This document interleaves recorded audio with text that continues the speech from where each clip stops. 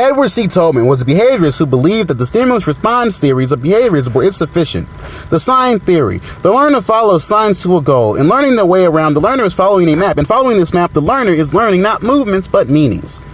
Big ideas. Behavior as molar. Cognitive maps. Latent learning. Behavior as molar. For Tolman, behavior was molar, meaning an active behavior has distinct properties all its own that distinguish it from physiological processes. Behavior is purposive. Behavior is purposive, according to Tolman, because behavior is regulated in accordance with objectively determinable ends. Cognitive maps. A cognitive map is an internal representation or image of external environmental features or landmarks. By using this internal representation of a physical space, the rats in Tolman's experiments could get to a goal by knowing where it is in a complex of environmental features and take shortcuts and change routes. Latent learning.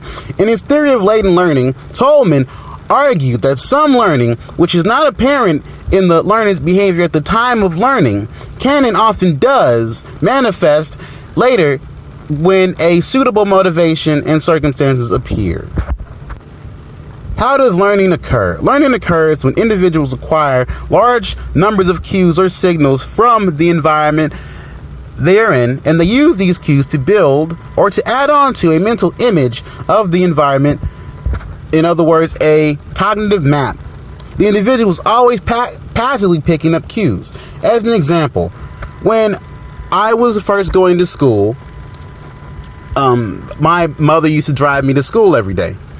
I never drove to school myself. One day when I got my license, I drove to school by myself.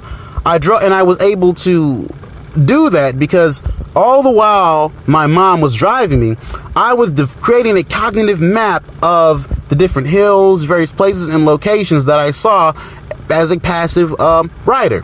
Even though I was just listening to like my headphones, I would be listening to music, maybe even reading, I was still developing passively a cognitive map of the route my mom took. So it was just that much easier for me to be able to take myself to school by myself, even though I had never driven there before.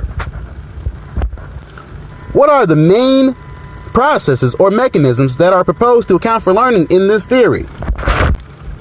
One factor I found very interesting are cells called place cells.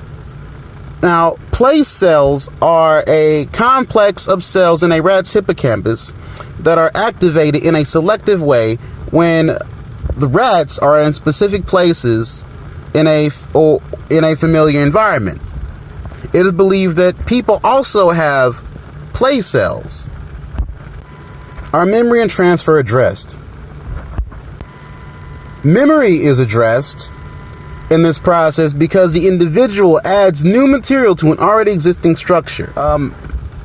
I argue that transfer occurs through trial and error. By going through an environment, walking through it, exploring, getting lost, finding your way, you will learn that environment. What types of learning are best explained by this theory? I argue that latent learning is the best type of learning explained by this theory.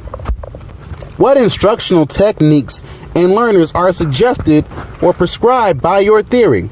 This theory explains spatial learning by picking up individual cues and applying them into an immense coherent structure. Let's say that this is a map of a city.